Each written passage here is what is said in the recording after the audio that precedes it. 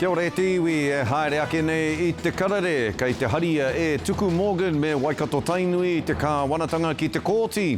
Kei te whakamahia hoki te hui a te kāhui rangatira āiwi I tēnei wiki ki roto hopu ki te whakakotahi I te pāti Māori. Nā, kuia te tūmua ki o te kura o te uru o Kaikohe, he uri no ngā puhi me te rarawa I Anei, ko Chiki Rudkin, te kahika tuarua o te kaunihera o te hiku o te ika. Kua whakaingoatia ngā kapa kiwi mo ngā tākoro e rua ka tū ki te papa o ngā anawai a Anei rangi whakatānei.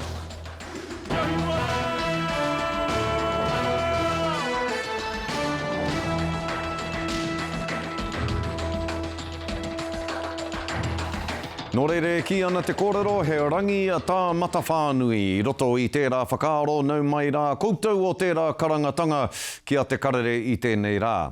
Kāti, kei te haria e tuku Morgan me Waikato Tainui te kāwanatanga ki te kōti. Kei te whakamahia hoki te hui a te kāhui a rangatira āiwi I tēnei wiki ki roto o hopu ki te whakakotahi I te pāti Māori. Koe nei etahi o ngā kaupapa nui e koropupu ake ana I te hui a te kāhui a rangatira āiwi e tū ana I tēnei wiki tonu nei e mārama ana rātau. Mēnā rā ka tōtara wāhi rua tonu te pāti Māori ka mimiti haere te hiahia o tira te tū ponotanga kia panai atu e tātou tēnei kāwanatanga kino kia tātou te Māori ki rāhaki. Kia tahuri ake tātou.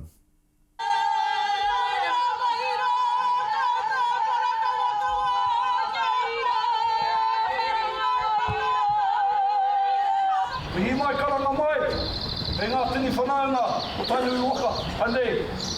Karanga Māori kuro tāki tuku kota. I kaupapa, marae, mo tātou te iwi Māori whānui, ne? Koa, hei te mea, koa tautoko I a tātou katoa I te pāti Māori, engari, ko te pāti Māori, he ata no tātou, no te Māori, ne? Nō reire, me kimi tātou tētahi anga whakamua. Nō reire, ko tāku nei, Wenerei kia tātou, ko ngā kai arahi a iwi nei, kia tūhei kai taka waenga, I ngā wehenga rua a te pāti Māori, kia kimi tētahi anga whakamua. Hoi anō, ko tāku noa, me Māori tonu te noho, me marae tonu te noho. Kia tūmata whānui tia nā kōrero, pērā I te marae. Ko te marae atea te wae tikana, kia whakatakuto I ngā kōrero, I ngā naue. Kia kore ai tātou e waiho mā tūmata whaiti nā kōrero kei muri rāno e kao me Māori tonu te noho. Hoi anō, koe a te wero I werohi ana e au, kia tuku mā, kia tainui mā, kia tātou mā. Hei te mea kia tuku ingari ko ia te mea mōhio ki ngā te ao toranga pū. Ana, ka waiho mā tātou tērā kaupapa e pīkau. E āwhina nei I te anga whakamuatanga mō tātou tiwi Māori. Ka taina tātou e te ao pāreha. Enei raru e pākino nei ki runga I te pāti Māori. O reira, ko te whakaaro I toko ake I tēnei ahiahi tonu, I tēnei ata tonu, me noho e tehi o mātou. I ngā he mana o ngā iwi ki te ata whera I tēnei take, ki te waihanga I tētei anga whakamua. Karehe take, karehe raru o te kōru. O reira, kua au tētei tautoko ana, kia noho e tehi o mātou. Ki te ata whawhati I te kupu, kia kitea mai pea tētei huarahi, anga whakamua.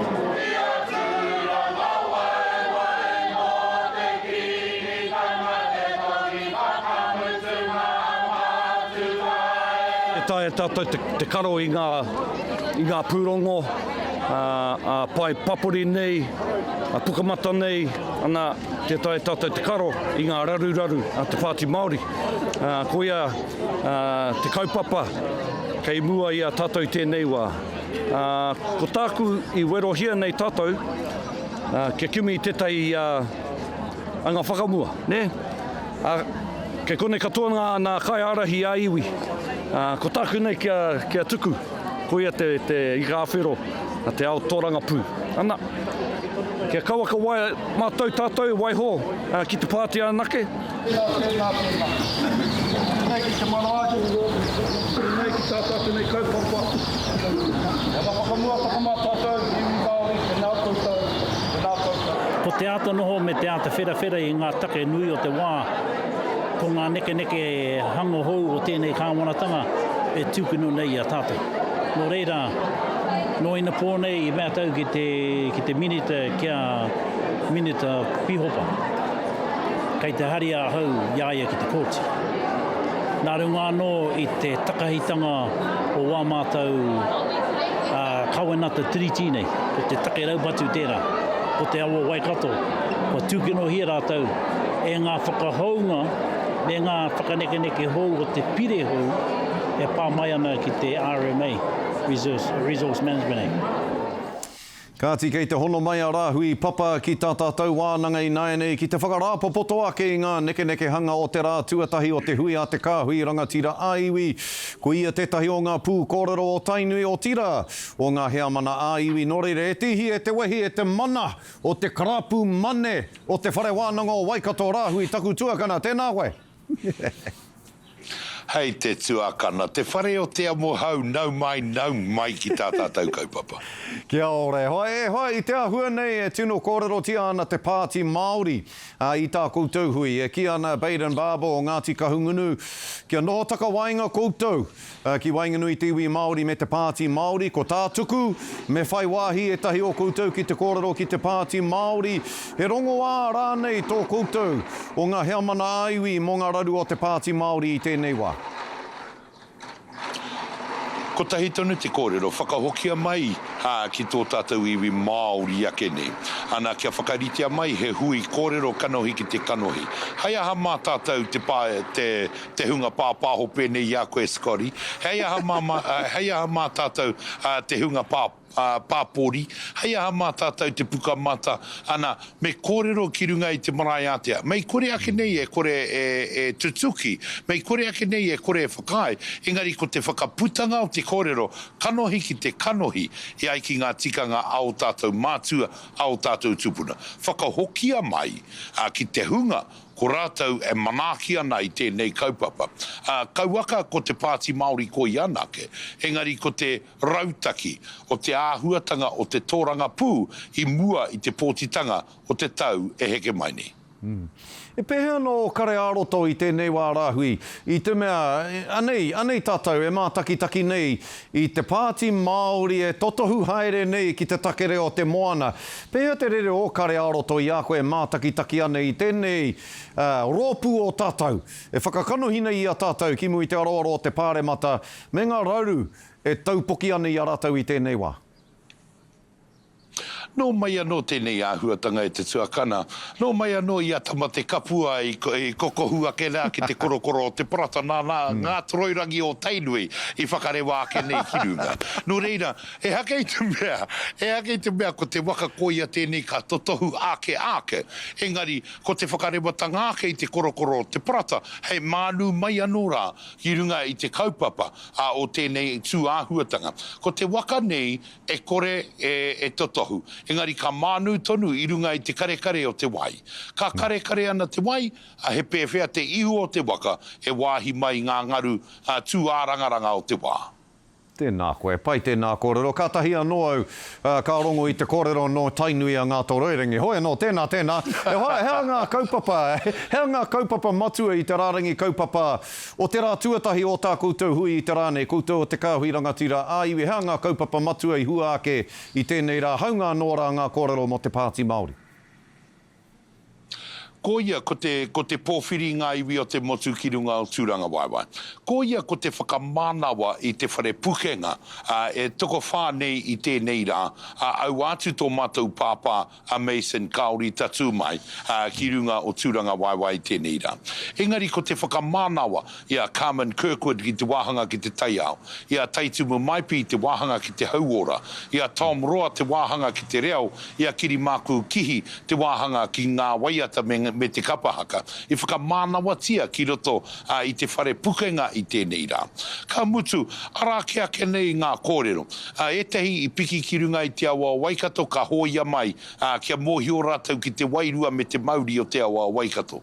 Ara nge tehi tai atu ki runga o rangiriri, kia whakamahara tia tēnei tū āhuatanga o te pakanga o mua me ngā kaupapa, kai mua tonu kai a tātou I tēnei rā.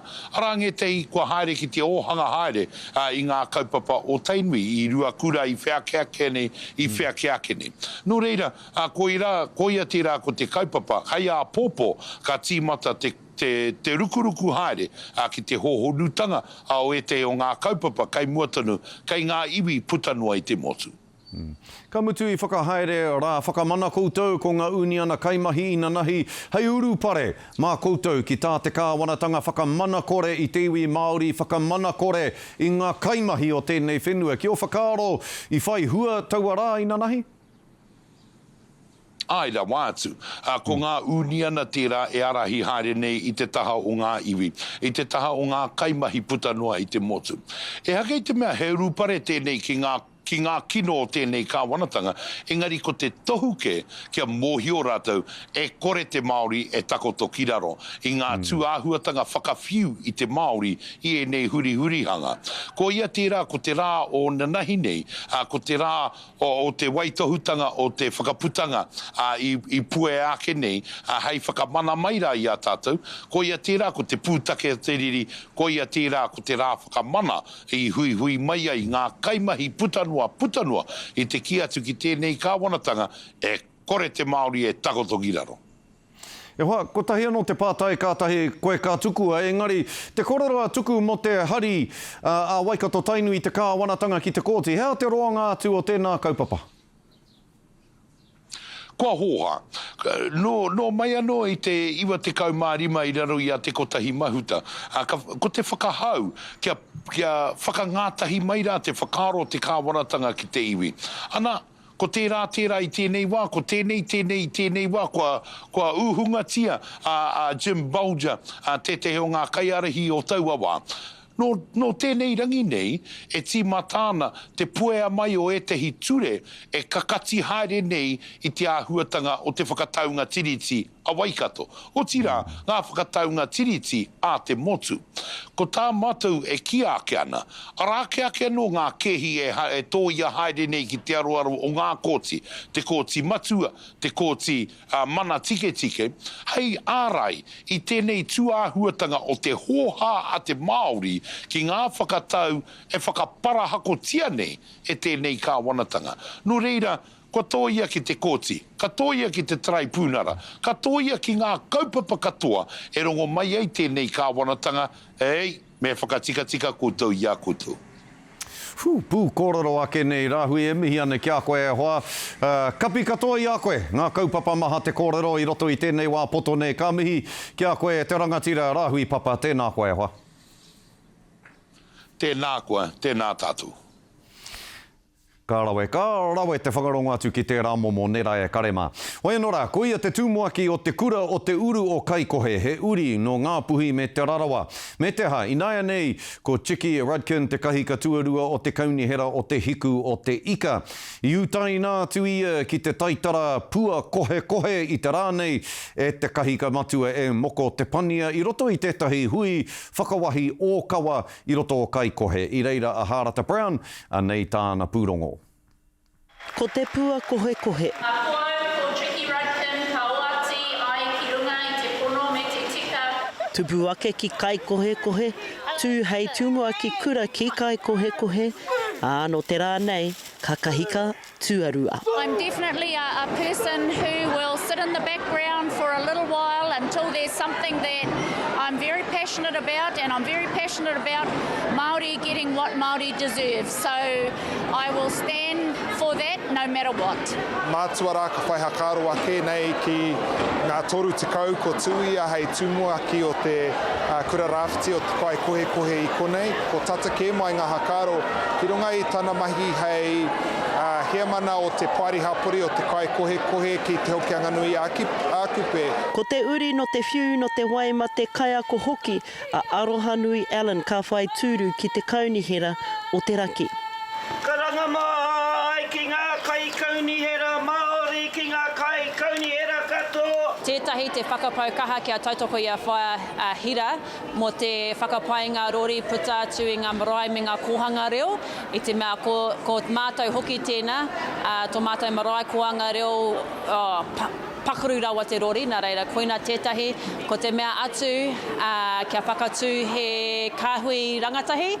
He rerekē, engari ka moku mō ngā pūkinga o Pene Taui, o Babe Kappa, o Steve McNally, engari aha ko tērā.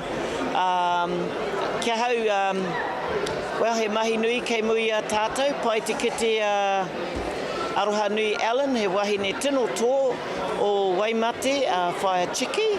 Me te āmine nui a kahika Moko Tepania, koinei tana huringa whakamutunga, hei kai kaunihera, hei kahika o te raki. Ka rua ka toru huringa, ka nui e tika ana kia mahi koe mahi ke atu. E hanga rangatahi tonu ana hau, e mōhio ana hau, he nui tonu ngā mea i hihi ana hau mō mātou ko tōku whānau. Nō reira, hei te otiranga mai o ngā tau e toru kei mua i te aroaro, ana kua hoatuke i tēnei mahi mā tangata ke mahi. Me ngā tumanako nui a te tēpū whiriwhiri. Kia, o te ngā mea kua whakai kēngia, ko te maho ngā mea eti noiho, ngā carry forwards. O tāku kia o te ngā mea o tēnei tau, kia kaue atu ki tērā atu tau. Toko maha ake ngā kai kaunihera wahine i tō ngā tāne o te kaunihera o te raki. Ko tēnei kaunihera, te kaunihera nahe o te tai tokerau. I pupuru tonu ki tāna wāri Māori ara ko ngā tai o tokerau. Hārata Brown, te karere. No te rangi nei I whakawahia e ngā kai kaunihera hō o Ōpōtiki ki mua tonu I te aroaro o rātou whānau me te hapori. Tokoruanga uri o te Whakatōhea ka ārahi I te kaunihera. Ka tuanoa David Moore hei kahika ko Maud Maxwell hei hoa haere mōna I te tūranga kahika tuarua. Ko wai hape mai anō te uri nei o te Whakatōhea hei kahika o Ōpōtiki.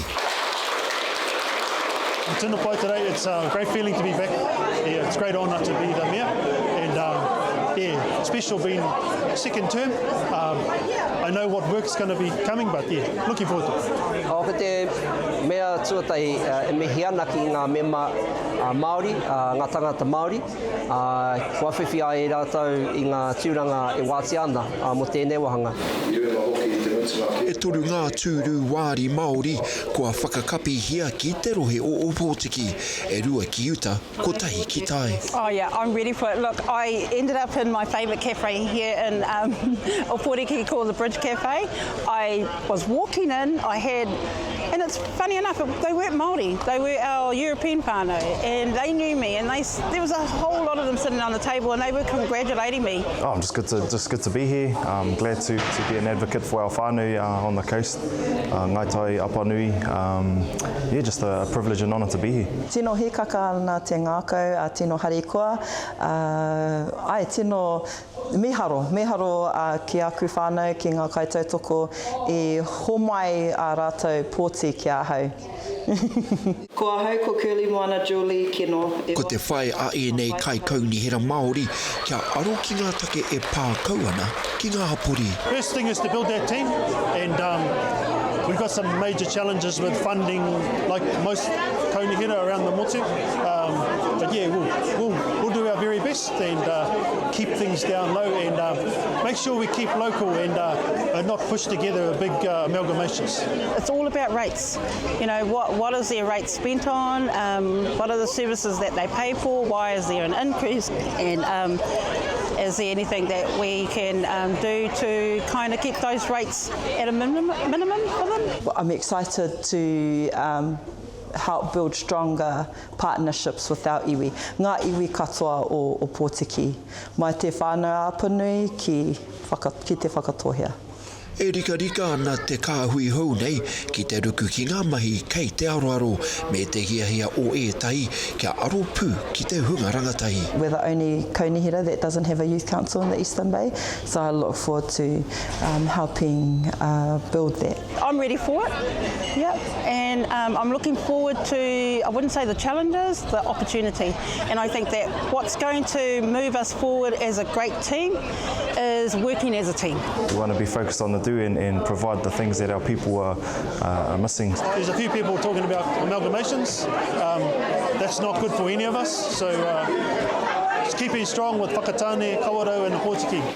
Hei a pōpō ka timata tā te kāhui hou nei, wānanga I te ara whakamua, he roni waikato, pukaia. Nō reire, kare mā, hei muri ake I ngā whakatairanga. Ko whakaingoatia ngā kapa kiwi mō ngā tākoro e rua ka tū ki te papa o ngā Anei, a Anei rangi whakatānei.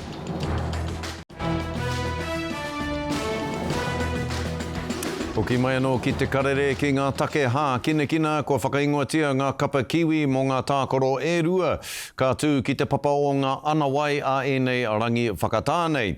E whā ngā whakarerekētanga ki te kapatāne mō tā rātou pakanga kia tonga, I nā rā hoki ko whara te waiti kape a Jeremy Marshall King, rāua ko te parirau a Ronaldo Mulitalo. Nā, ko te whakatena tēnā ia a te kaiako a Stacey Jones, kia rite te kaha o ngā kaitautoko ia Aotearoa, ki te kaha o ngā kaitautoko ia Tonga. A lot of players here that have played against Tonga that were involved last year, and the Tongan and Samoan fans are outstanding. You know, they love the game of rugby league, and you know they'll support a good game of footy. Obviously, yeah, we know that the crowd are against us, but we've got a good support group there too. We've got lots of Kiwi supporters out there that'll get behind this team. E maha hoki ngā panonitanga a te kaiako I te kapa wāhine a Ricky Henry ki te kapa kiwi mō tā rātou matawhaurua kia ahi a Tareiria. Ka kuhu a Leanne Tuifunga ki te aroa kapa mō Taisha Ekenasio. A ka mau a Tiana Davison I te poraka namatekau mō Brianna Clark ka noho hāmene nei mō ētahi kēmu. Ka tiha e tiwi e whai ake nei a muri ake I ngā whakatairanga ko ngā huarere o te wā kia mau tonu mai kia te Karere.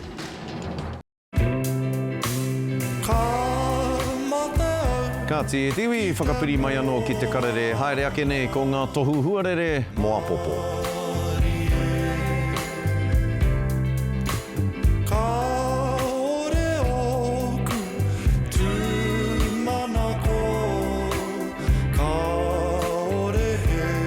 Ai marika, ka hoki mai te pakiwarutanga ki a tātou a pōpō ahu atu ana ki ngā rangi whakatānei. Koe nei, ngā kōrero a te Karere mo tēnei rā, mihi ana tūrou Hawaiki.